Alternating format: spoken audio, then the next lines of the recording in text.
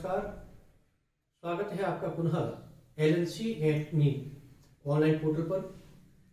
हम संस्कृत व्याकरण की क्लासें अभी चल रही है और पिछली कक्षा में हमने संज्ञा प्रकरण पढ़ा और सर्वनाम में हमने प्रारंभ कर दिया था। सर्वनाम में हमने तत्शब्द को पढ़ा था और हमने उसमें यह बताया था कि वे तत् के बाद में इदम, अस्मत्, युष्मत् इन शब्दों को पढ़ने के बाद में हम संज्ञा प्रकरण, सर्वनाम प्रकरण पूर्ण होगा। लेकिन जो अब व्याकरण का जो महत्वपूर्ण सोर्सेज है संधि, समास, वो भी हम पढ़ेंगे। तो पहले हम सर्वनाम के जो शेष भाग रहे हैं उनका हम अध्ययन करते हैं। तो हमने पिछली कक्षा में तत् का पढ़ा था। अब है हमारे इदम शब्द। इदम का अर्थ होता है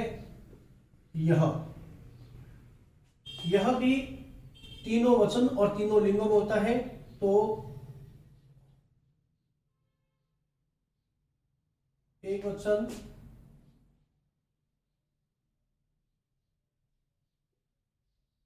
द्विवचन,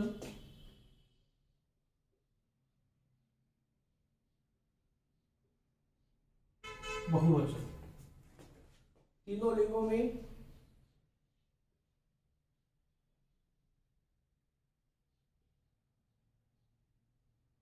पुल्लिंग,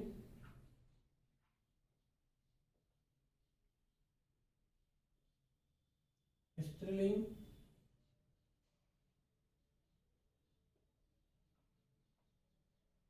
नपुंसकलिंग।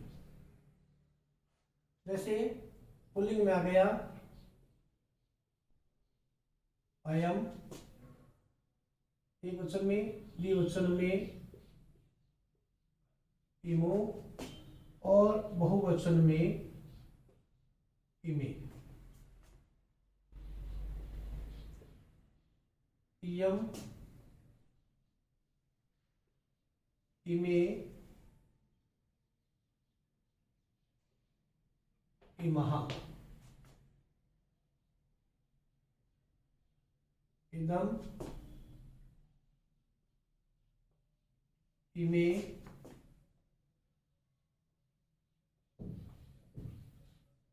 इमानी। तो ये इदम में जो है पुल्लिंग में अयम, इमो, इमे, स्त्रीलिंग में इयम, इमे, इमाहा और नपुंसकलिंग में इदम, इमे, इमानी। इनका यदि हम अर्थ देखें तो अयम का अर्थ है यह, इमो का अर्थ है ये दोनों और इमे का अर्थ है ये सब। अब इयम का अर्थ भी यह ही होता है और इदम का अर्थ भी यह होता है। इमे का अर्थ भी ये दोनों और इमे का अर्थ भी ये दोनों।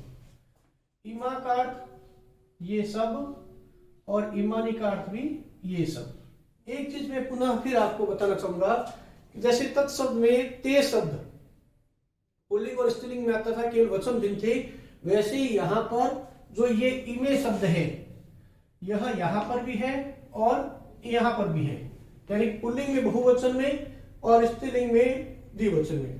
तो शब्द तो एक जैसा है लेकिन यहां इनका वचन परिवर्तन हो जाएगा। अब हम कुछ उदाहरण के माध्यम से इनको समझते हैं। जैसे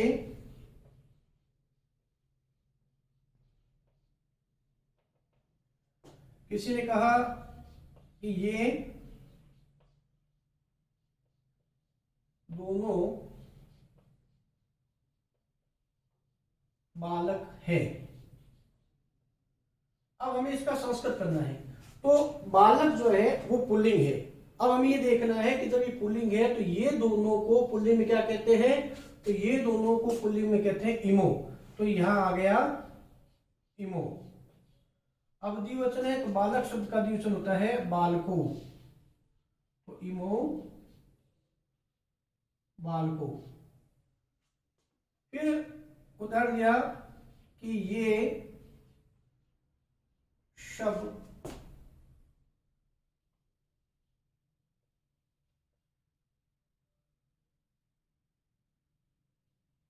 विद्यालय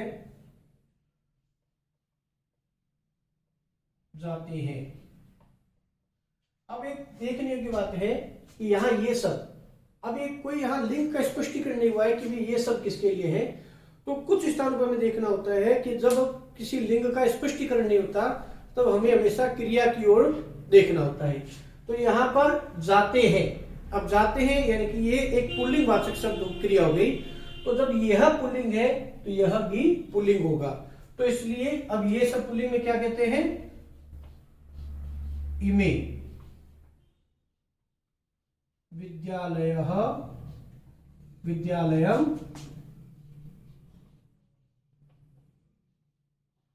गच्छन्ति। यदि यहां पर जाति है होता तो यहां पर इमे की जगह इमा आ जाता। अब ये दोनों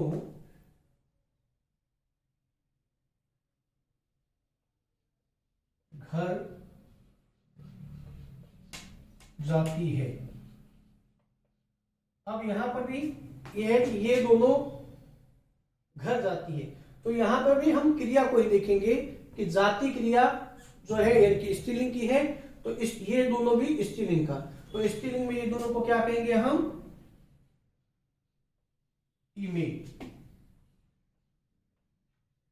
गृहं गच्छतः। अब देखिए बहुत ही सरल चीजों में कि यहां पर भी इमे है और यहां पर भी है, लेकिन हम कैसे जब अनुवाद करेंगे तो हमें क्या पता लगेगा। तो उस समय भी हम क्रिया को देखेंगे कि क्रिया यदि बहुवचन की है तो ये पुल्लिंग का हो जाएगा, क्रिया यदि द्विवचन की है तो यह स्त्रीलिंग का हो जाएगा। तो सर्वनाम शब्दों में कुछ शब्द ऐसे होते हैं जिनमें हमें जब कर्ता का लिंग स्पष्ट न हो तो हमेशा हमें क्रिया को ही देखना चाहिए, क्योंकि क्रिया हमें स्पष्ट रूप से लक्षित कर देती है कि भी यह पुल्लिंग की है या यह स्त्रीलिंग की। तो ये हमारा था इदम शब्द और इसके कुछ उदाहरण। इदम के बाद में हमारा आ जाता है अस्मत् शब्द।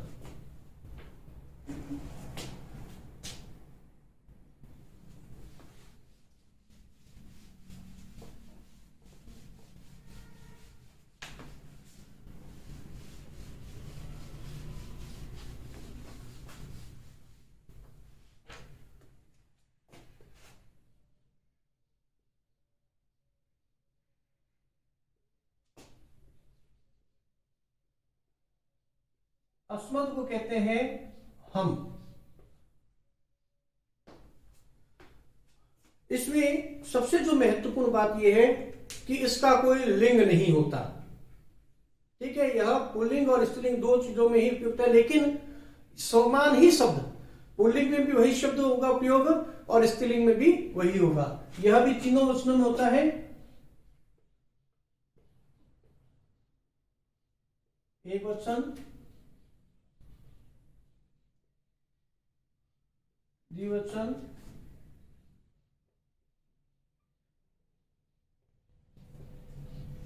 बहुवचन। एक वचन हो गया अहम, द्विवचन हो गया आवाम और इसमें हो गया वयम। अहम का अर्थ हो गया मैं, आवाम का अर्थ हो गया हम दोनों और वयम का अर्थ हो गया हम सब। उदाहरण के रूप में मैं आपको दोनों लिंगों का उदाहरण देकर के समझा रहा हूं, क्योंकि पूर्व में मैंने कहा था कि यह इसका लिंग पर कोई प्रभाव नहीं पड़ता। जैसे एक जगह कहा कि मैं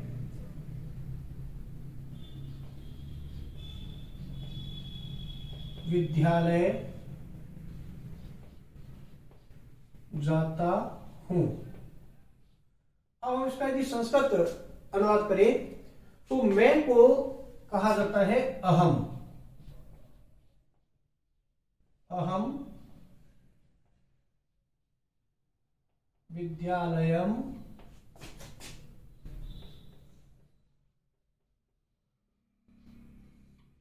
गच्छामि। ठीक है, मैं विद्यालय जाता हूं, अहम विद्यालयम गच्छामि। अब यदि मैं यहां पर ये जाता की जगह जाती हूं भी लिख दे, ठीक है ना, मैं विद्यालय जाती हूं, तो भी इसका हम अनुवाद करेंगे संस्कृत में, तो ये होगा अहम विद्यालयम गच्छामि। क्योंकि अस्मत् शब्द में चाहे पुल्लिंग शब्द हो कर्ता और चाहे स्त्रीलिंग का कर्ता हो, शब्द वही आएगा। जैसे उदाहरण के रूप में हम सब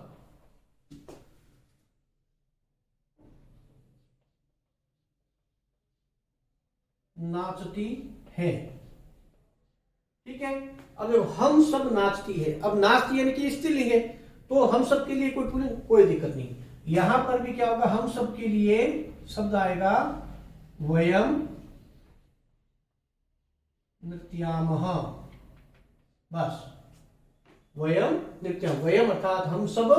अब चाहे नाचती है और चाहे नाचता है, शब्द आएगा नृत्यामः। तो कहने का प्रिय विद्यार्थी भाव है कि अस्मद का कोई लिंग नहीं होता, पुल्लिंग और स्त्रीलिंग में वही शब्द होता है। इसी प्रकार आ जाता है हमारे युष्मद शब्द। युष्मद शब्द को हम कहते हैं तुम।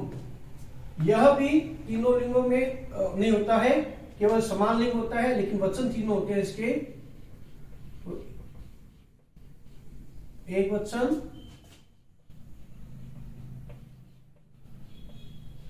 द्विवचन और बहुवचन।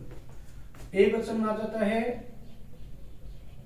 त्वम, द्विवचन में आ जाता है युवाम और बहुवचन में आ जाता है यूयम। त्वम का जाता है तुम, युवाम का अर्थ हो जाता है तुम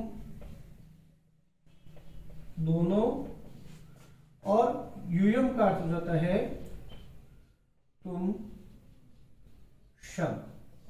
ठीक है प्रिय विद्यार्थियों, पुनः मैं आपको यहां स्पष्ट कर देता हूं कि युष्मद का भी कोई लिंग नहीं होता, यह पुल्लिंग स्त्रीलिंग में समान है। क्यों? क्योंकि ये दोनों ही कर्ता में होते हैं, कर्ता का भी नपुंसक लिंग होता नहीं है, इसलिए ये पुल्लिंग और स्त्रीलिंग में लेकिन समान शब्द।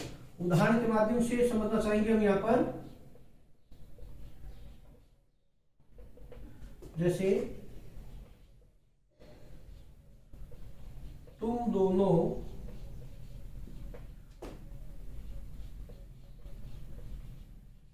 हंसते या हंसती हो। देखिए मैंने यहां पर तुम दोनों हंसते हो या तुम दोनों हंसती हो, तो पुल्लिंग भी आ गया और स्त्रीलिंग भी आ गया। लेकिन जब हम इसका अनुवाद करेंगे संस्कृत भाषा में, तो तुम दोनों को कहेंगे हम युवाम। ठीक है, अब क्रिया में भी कोई लिंग नहीं होता। सबसे पहली बात है, क्रिया में कोई लिंग नहीं होता, तो यहां पर आ जाएगा हसतः।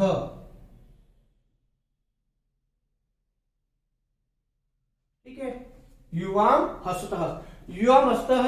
यदि मेरे सामने कोई दो लड़कियां हैं और वो हंस रही है, तो भी मैं कहूंगा युवाम हसतः हसतः। और मेरे सामने यदि दो बालक हैं और वो हंस रहे हैं, तो भी मैं उनके लिए कहूंगा युवाम हसतः। वैसे ही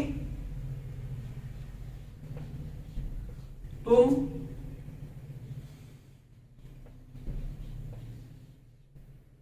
लिखती या लिखते हो।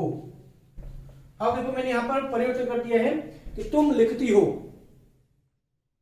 यानी कि यह मैंने एक लड़की को कह दिया, और मैं कहता तुम लिखते हो यानी कि मैंने एक लड़के को कह दिया। लेकिन जब हम अनुवाद करेंगे संस्कृत भाषा में, तो न तो यहां पर लड़की का कोई है न कोई लड़के का, तो सीधा सीधा तुम को हम क्या कहेंगे, त्वम। ठीक है, आप चाहे लिखती हो चाहे लिखते हो, सीधा सीधा एक ही है कि त्वम लिखशील, ये इसका हो गया। तो यदि हम इस चीज को अच्छी तरह से समझ आएंगे कि भाई कौन सा शब्द किसके लिए उपयुक्त है, तो संस्कृत अनुवाद करने में भी कभी दिक्कत नहीं आएगी। ये हमारे थे चारों, हम पिछली कक्षा में तत्व को पढ़ा था और इस कक्षा में हमने इदम, अस्मत् और युष्मत्, ये हमारे सर्वनाम शब्दों को हमने पढ़ा। वैसे एतद और किम ये भी कई सर्वनाम शब्द है, लेकिन उनका उपयोग इनकी अपेक्षा कम किया जाता है। आगामी कक्षा में हम धातु और लकार को पढ़ेंगे, जिससे हमें संस्कृत वाक्य बनाने में सरलता होगी, क्योंकि जब तक हमें कर्ता थे तो हमने सर्वनाम पढ़ लिए, लेकिन जब तक हमें धातु और लकार का ज्ञान नहीं होगा हम वाक्य नहीं बना सकते।